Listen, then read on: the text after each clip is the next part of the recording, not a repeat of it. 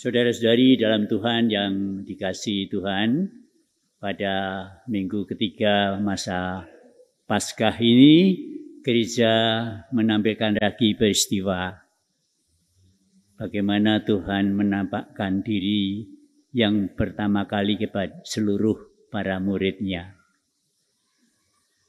Untuk kita amat-amati apa yang sebenarnya Dia lakukan. Yaitu pertama, tiba-tiba datang di tengah mereka. Seperti hantu. Jadi kita jelas bisa membayangkan para murid terkejut dan takut seolah-olah melihat hantu. Tapi Dia berkata, damai sejahtera bagimu. Maksudnya, takutlah, tapi jangan takut orang-orang Yahudi, takut kelaparan, kekhawatiran macam-macam. Takutlah pada Tuhan saja. Seperti Yesus. Ketakutan bagi kita orang yang lemah, kecil, pasti tidak bisa dihindari. Tapi jangan sampai kalah dengan ketakutan. Kalau mau takut, takutlah kepada Allah. Yesus hidupnya sejak awal takut akan Allah. Yaitu selalu mendengarkan kehendak-Nya dan melaksanakan. Yang kedua, Dia juga menunjukkan ini aku. Dia yang telah mati disalibkan, dikubur, masih di tengah kalian. Ini aku, lihatlah. Jadi masih seperti sedia kala bertubuh. Bahkan Dia tanya apa ada makanan. Kembali seperti sedia kala makan bersama, menciptakan persaudaraan. Itulah Yesus menolong murid-murid-Nya. Sekarang ini situasinya lain, tidak seperti semula. Yesus yang hadir awalnya mengguncang karena ternyata ditangkap diam saja, disiksa dan disalibkan juga diam saja, seperti kalah. Tapi sekarang Dia masih hidup tak terkalahkan. Itulah Yesus meyakinkan pada para murid bahwa hidupnya adalah contoh bagaimana menghadapi hidup sehari-hari yang diliputi kebutuhan-kebutuhan, kekurangan-kekurangan, kekhawatiran dan ketakutan. Tidak terlalu takut, pilihlah menakuti Tuhan. Dan akhirnya Dia mulai menerangkan bahwa lewat hidupnya ini rencana Tuhan sukses, berhasil secara sempurna. Pada awalnya rencana Tuhan digagalkan oleh manusia dengan berbuat dosa. Dan ternyata ketika dipanggil untuk kembali, tidak menjawab. Jawabannya setengah-setengah dan tidak berhasil juga. Tapi kali ini dengan Tuhan Yesus, rencana Tuhan yaitu menyelamatkan umat manusia secara sempurna berhasil. Itulah kebangkitan. Bapa amat bersukacita karena rencananya sempurna berhasil. Karena rencananya yaitu tidak seorang pun binasa. Awalnya memang membuat cemas, mengapa manusia menumpuk dosa. Makin lama makin menjauh dari Tuhan.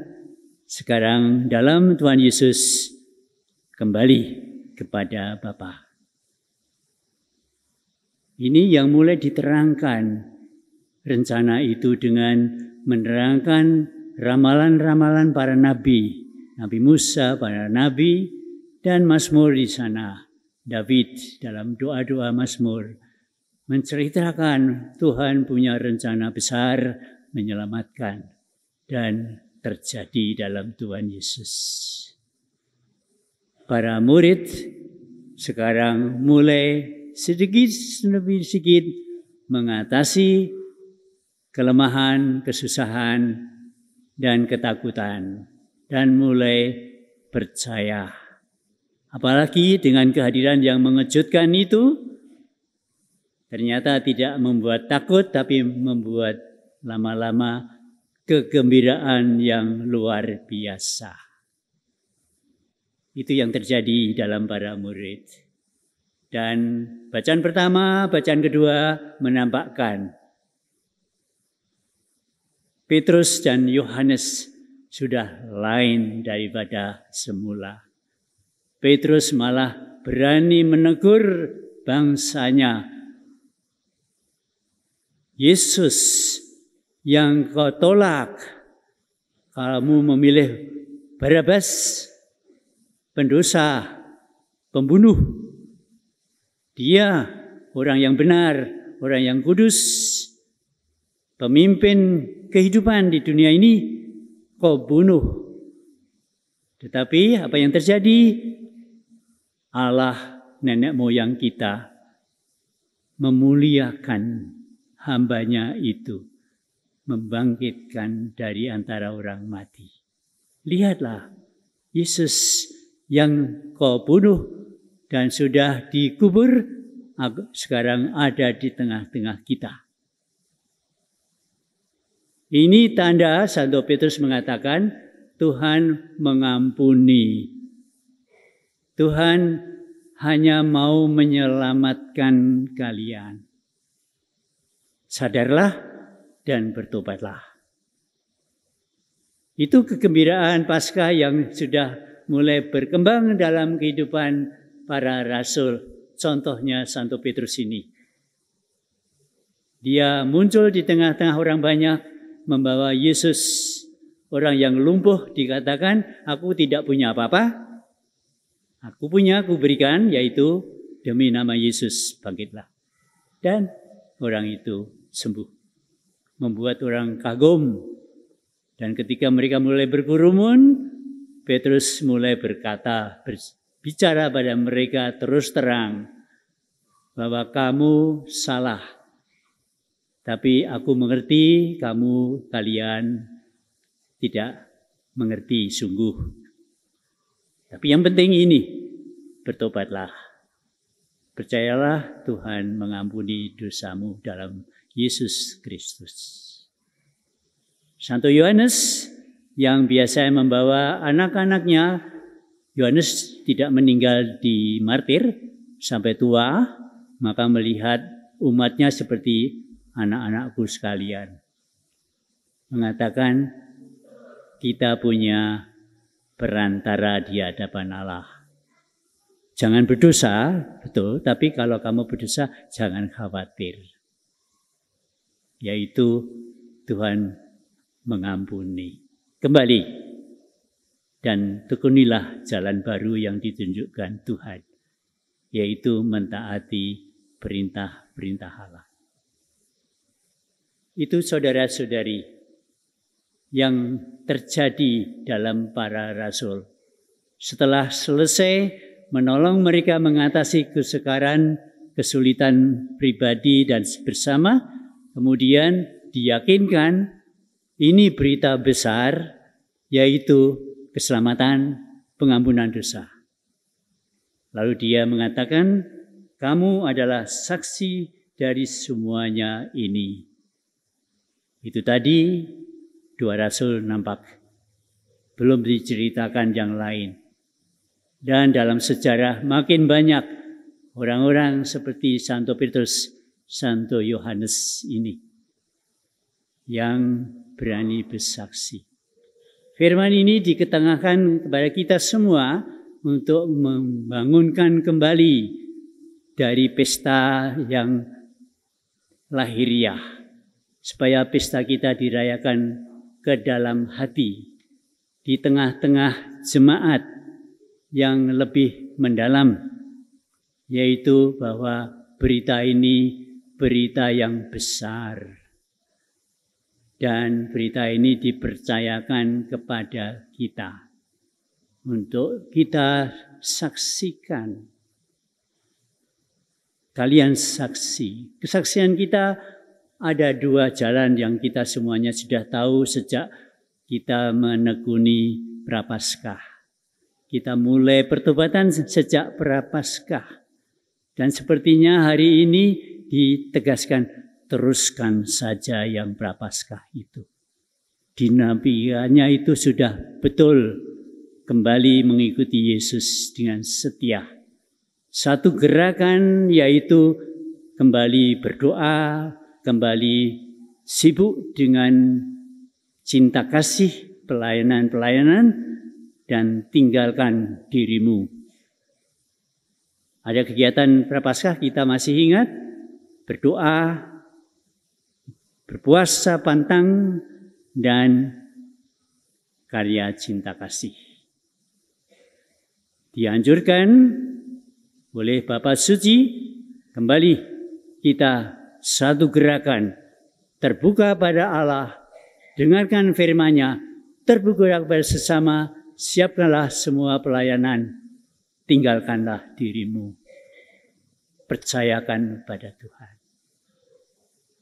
Dinamika keselamatan ada di sini, dan dengan sengsara, wafat, dan kebangkitan Tuhan diteguhkan. Tuhan bersukaria, surga bersukaria, karena rencana Tuhan terlaksana. Dan kita diutus untuk bersaksi tentang berita itu. Bahwa Tuhan berhasil menyelamatkan kita dalam Tuhan Yesus. Tinggal kita merayakannya dengan bertobat terus-menerus mengikuti jalan Tuhan Yesus. Ini kesaksian dalam hidup. Dan kesaksian dalam pelayanan, kita ikuti contoh Santo Petrus dan Santo Yohanes. Memberi semangat pada sesama kita ke Tuhan. Bertobatlah. Kita ikuti jalannya dengan mengikuti perintah-perintahnya. Tinggalkan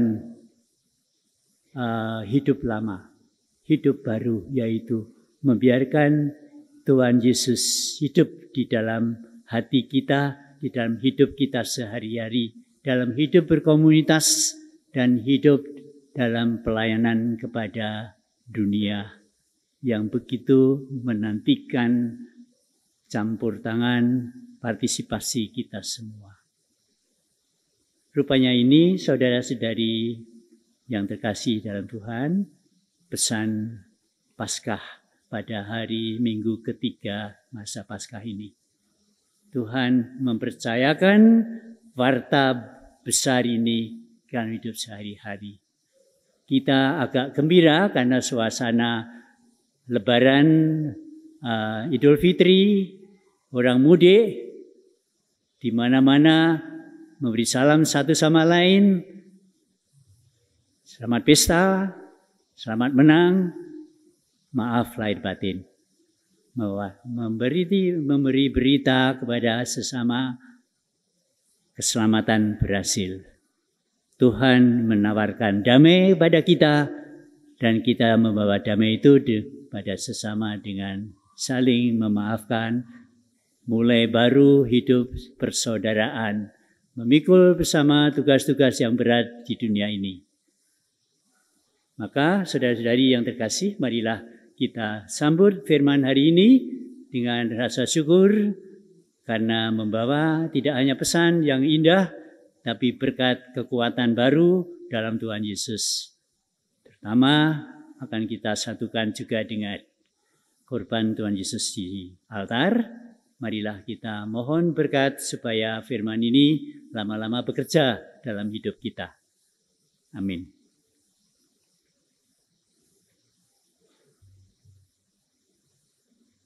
Marilah kita berdiri menyambut firman hari ini dengan iman kepercayaan.